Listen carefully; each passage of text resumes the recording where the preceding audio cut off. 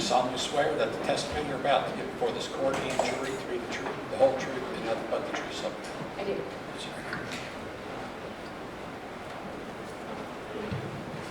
Mr. Bradford, whenever you're ready, we can get started. Thank you. Good morning, officer. Can you please state your first and last name for the record, spelling your last name? Officer Kimberly Horning, Horning. All right, and Officer Horning, how are you employed? With the City of Cincinnati Police Department. Okay, what's your current position? I'm assigned to the criminalistics unit. Okay, and as being a criminalist, what's your duties there? We have several duties. So we respond to all the major crimes in the city, which often include the homicides, the suicides, any death that they believe could have foul play. We also respond to all officer-involved shootings, bank robberies, sexual assaults, any type of crime where they think there might be a crime scene where we could collect physical evidence. Okay. And how long have you been an officer? Just about 10 years this month. Okay, and then how long have you been a criminalist? The last 3.5.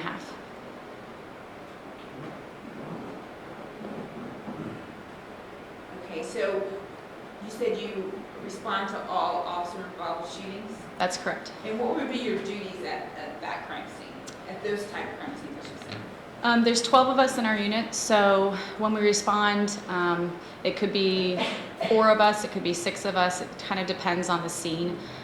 So we divvy up basically our responsibilities. One criminalist typically will photograph the scene. One will do a hand sketch and documentation. Typically 2 of us will run what's called a Leica C10 3D scanner, which takes measurements of the crime scene. And then if there's any other responsibilities as far as sending someone to the hospital to take photographs of a victim or collect officers' clothing, one goes to the hospital, and then an additional officer stays back at our office and waits for the officer to come to our office in order to photograph the officer as they are in their uniform. So they bring the officer back to take photographs, is that what you're saying? That's correct. Okay, all right. Now, you said that you divvy up different jobs. Who determines who gets what responsibilities? It's kind of playing to your strengths. So myself and about 3 other individuals in our office are really good using this 3-dimensional scanning system. So typically if it's an officer-involved scene that we're going to utilize that technology, I typically will handle the scanning, which will then result in a creation of a diagram from the scans. Otherwise, it's if you're on call or if you're working, we have an on-call system, so whoever's working would respond as well. Okay. Now, you may have already said this, and I apologize if I'm repeating something that you already answered, but when you respond to the scene, what's the very first thing as a criminalist that you guys do? We typically walk through the scene, so we are trying to assess what type of needs we're going to be, whether it's an indoor or an outdoor scene, if we're going to need additional manpower there, or figuring out if we're going to need to be dusting for fingerprints or DNA, those type of things.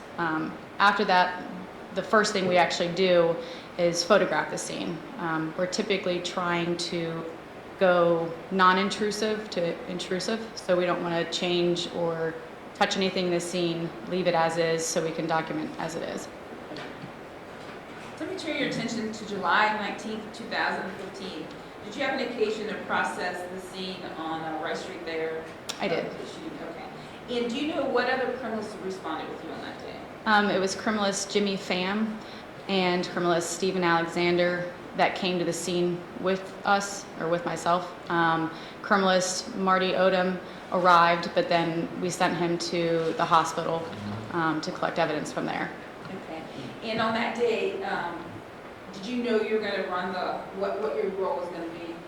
I believe when my supervisor called me, he said that they had an officer-involved shooting and asked me to come in and run the Leica scanner. Okay, so when you got there, you knew what your responsibility was going to be? Yes, I did. Okay. And do you do that right away, or do you do it after the pictures and all the things you've told us about already? It's usually the last thing we do, and that's simply because as we're searching the area and determining what we find significant to the scene, and putting placards by those items. The scanning would be the very end portion of the crime scene, and typically once we pick up and go, the scene can be released. I'm going to hand you what's been marked State's Exhibit 1A. You can look at this and tell me if you recognize it. Yes, this is just an aerial photograph of the area on Vine Street. You can see portions of Phil and Rice Street. Ian, are you familiar with that area from working for the Cincinnati Police Department? I am. I worked in District 3 and District 1. District 1 kind of is right there on the border of those streets. And I worked in District 1 for 3 years. Okay. And so you said that you use the machine to prepare a diagram. Correct. I'm going to hand you what's been marked State's Exhibit number 1. If you could look at that and tell me if you... Yes, this is the diagram that I prepared based on the scanning that we do at the scene. Okay, and can you tell us what type of things go into a diagram? It's really dependent on the scene. So in this case, this diagram, we basically, to start with, we do the scanning, and I don't think I've explained that very well, but the scanning system is on a tripod, and it basically rotates 360 degrees, and it sends out lasers. And so basically it's taking data points. If you put it in this room, it could take the data points of this entire room. I could then go back to my computer, look at it, turn this room around 360 degrees, and essentially be back in this room and have all the dimensions be accurate to the scene. So when we're creating the diagram, we place the scanner, it can only see what it can see in a line of sight. So at this particular crime scene, it was very long, so we had to place the scanner in 9 different positions in order to capture the entire scene. We looked for, obviously, the officer's vehicle would be important, anything that occurred during the traffic stop, the bottle of gin or the gin bottle that had fallen off was given a placard to designate something of significance. The area in which the vehicle hit the guardrail, all the way up to the vehicle where it came to rest itself. So we basically kind of walk through the scene and see if there's anything that can give us information about what occurred during the incident. Okay, so you said, just if you could explain a little bit more, so when you put it on a computer after you scanned it, how do you get all the different scans that you took together? You're basically stitching them together. So you take 2 scans and you find the common points that are in them, and a computer system, a cyclone system is what we use, and we're able to stitch all 9 scans together so that you are essentially kind of in a virtual world of this Rice Street again. And then at that point you said you can spin it around and look at it however you need to? Correct, and it allows us to take measurements that perhaps when we first arrive at the scene, if we didn't know something might be significant, we have all the scan data, so we can go back and take measurements from the scan data that are completely accurate. Okay. So do you personally, so when you do the like of that day, then you go back, you do the stitching, you do the scan, you do the measurements, you do everything that would be involved in that? That's correct. And that's what you did in this case? Yes. All right, I'd like to enter and publish Exhibit 1. No, Okay, thank you. All right, go ahead. Officer, if you could step over here and if you could just walk us through.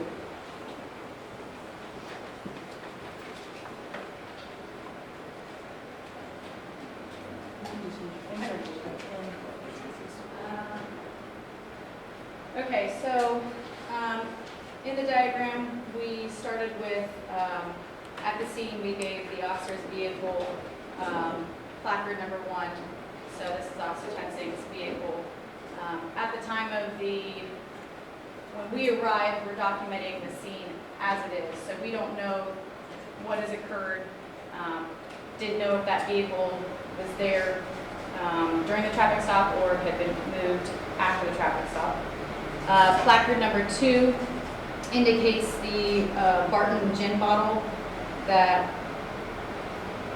had fallen off the vehicle when it moved. Oh, sir, can I stop you just for 1 second, can you explain, so the number you have, is that down in the key down there? Yes. Okay, that'll point out, so each one that you're pointing out, then they Correct. can also see that information over in the key too? Yes. Okay, go ahead, I'm sorry. You're fine. You have placard number 3 is the Officer Tensing's flashlight.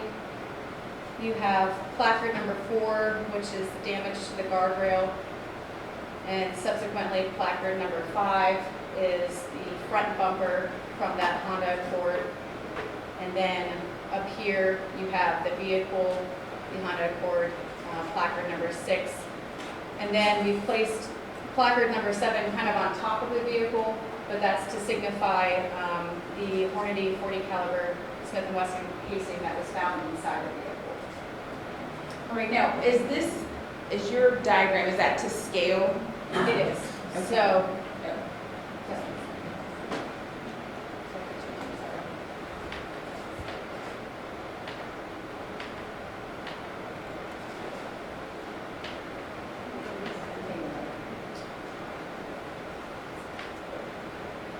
Technology is awesome.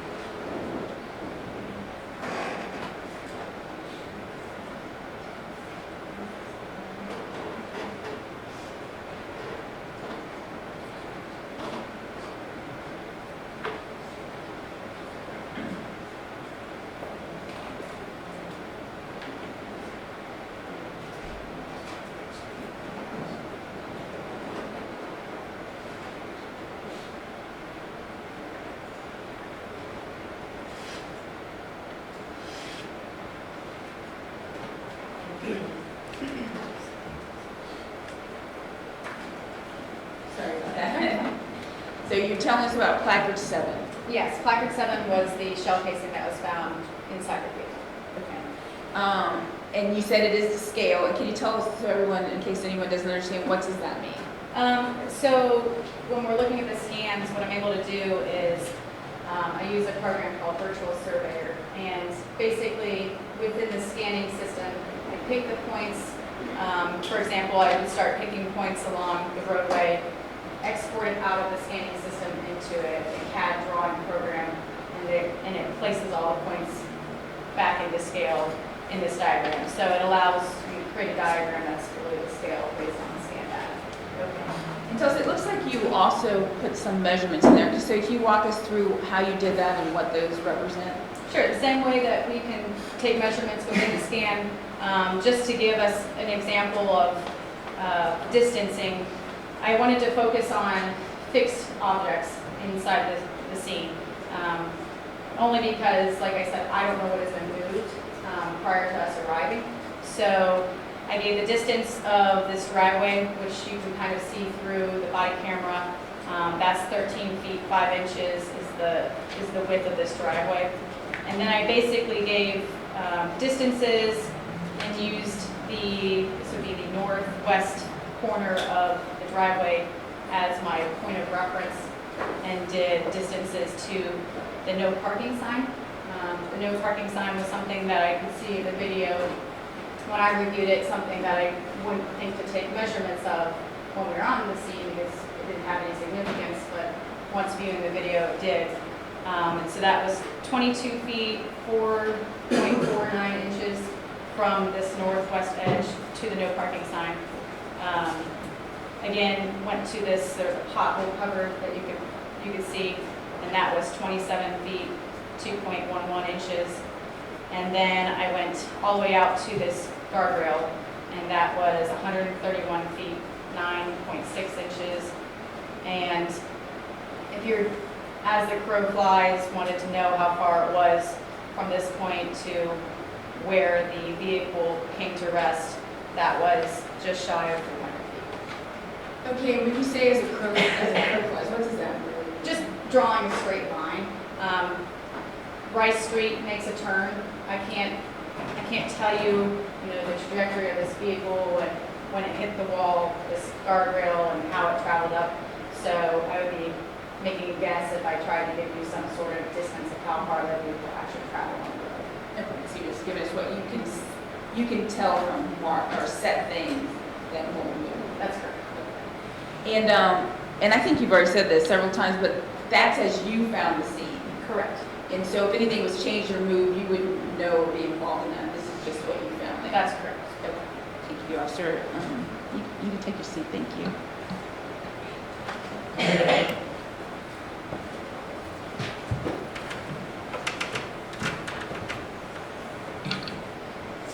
I'm going to hand you, officer, what's been marked 2F. I have to look, sorry. 2F, 2J, 2K, 3A, 4A, 20, 2P, no, I'm sorry, 20, 2P, 2R, 2Q, 2R, 2S, 2T, and 2U. Could you just look it through all of them and then we'll talk about them?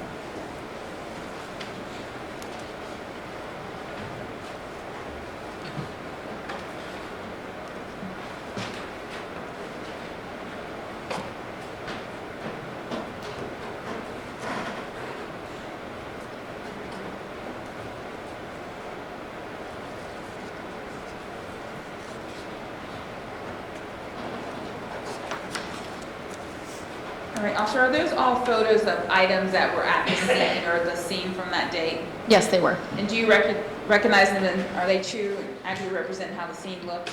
Yes. All right, thank you. All right, I'd like to enter those numbers and post them to the jury and, No objection. and if you don't mind, it'll probably be easier since they don't go in sequential order if you just put them on there and you can tell us what they are.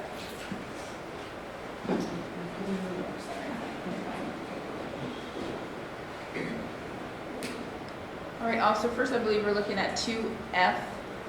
Correct. Can 2F. Can you tell us what is that? Just walk us through it. This is a photograph. You're looking southbound or up the street on Rice Street, and we've placard number 2 next to the gin bottle, and number 3 is placard next to Officer Tensing's flashlight. And so those, that 2 and 3 would go with your diagram. You just walk us through. Those would be the 2 and 3 on the diagram. That's correct. All right, thank you. This is 2J, and this again is a close-up picture with placard 2 and a closer photograph of that gin bottle. And State's Exhibit 2K, again a close-up of placard number 3 along with Officer Tensing's flashlight. Great, thank you. 3A, State's Exhibit. Typically, when we return back to our office, we take what's called evidence processing photos. It's just another photograph of in more set lighting and conditions where you can see the item better with the scale. So that's just what 3A is. And so what do you put the measurements there just so you can kind of scale how big or small it is? Correct. Okay, thank you. State's Exhibit 4A, another evidence processing photograph, and this is documenting the damage to Officer Tensing's flashlight.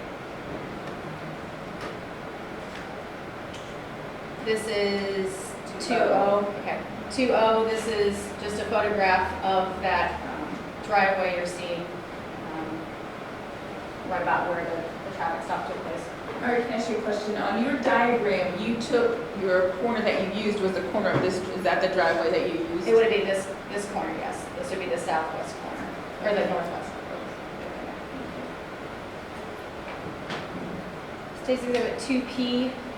This is now looking northbound on Rice Street, where the officer's vehicle is, and this is Phil Street that you're looking for then.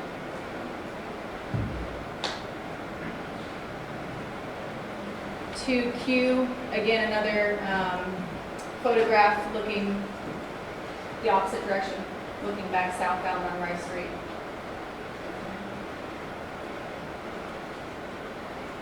2R is part of that guardrail with placard F and the front bumper of the vehicle.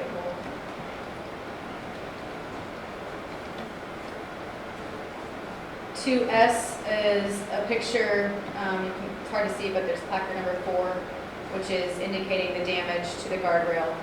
These are steel posts that have been bent back.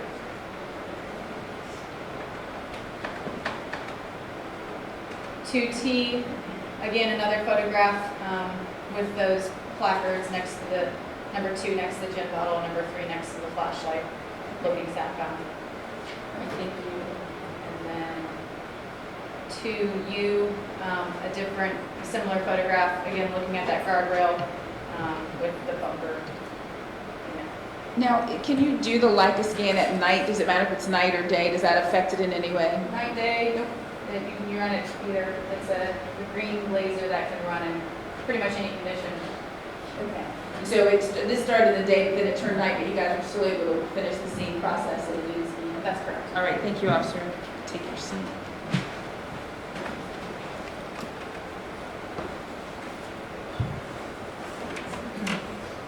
Thank you, officer. I have no further questions. Okay, Mr. Burnett, is ready.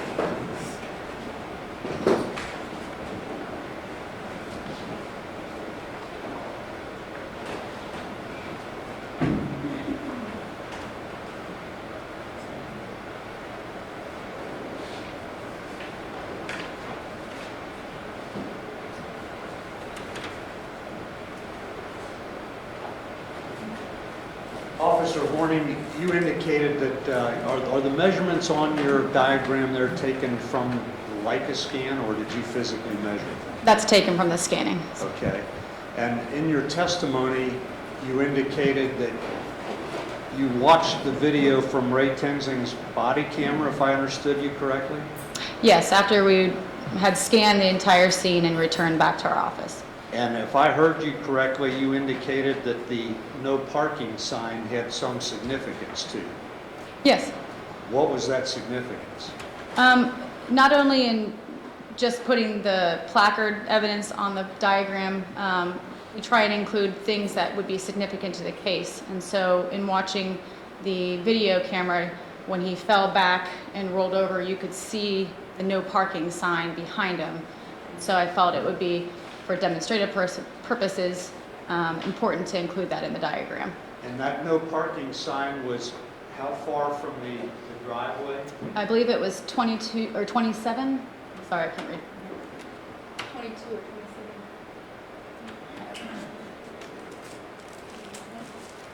27. Maybe 22. 22 feet, 4.49 inches, yes. Okay, and that's from what would be the northwest corner of the driveway? That's correct. And that would be a line up and straight over to the side? Correct, yes. 22 some feet. Right. And then did you also measure up to the manhole cover? That's correct. And how far is that? 27 feet. Okay, and why did you pick the northwest corner of the part of the driveway as your starting point? It was probably the easiest fixed point to make measurements from. You could see part of that driveway in the background of the video, and so it was simply a fixed point instead of trying to guess at. And is it your understanding from watching the video that Sam DeBose's car, when it pulled over and was stopped by Officer Tenzing, was to the north or behind that driveway? It's difficult to see. I know the video, you're looking through the driver's window and can see portions of both the driveway and that there's a little staircase that's right north of that driveway. You can see that staircase as well. It's hard for me to say exactly where that vehicle was. And so in order to give some sort of calculations on distance, I used the northwest corner. Okay. You can tell from the video that the DeBose vehicle was not parked beyond or south of that driveway, correct? Correct. So the place in the video where you saw Ray Tenzing getting up was approximately how far from the northwest corner of that driveway. You're referring to when he fell back Yes, in seeing, that would have been from that northwest corner, the 22 feet. thank you. I have nothing further. Okay, Mr. Grafferty, anything on redirect? Here. Okay, Officer Horton, thank you, you're excused. I don't believe you need to stay. Is there any reason she needs to stay today anyway?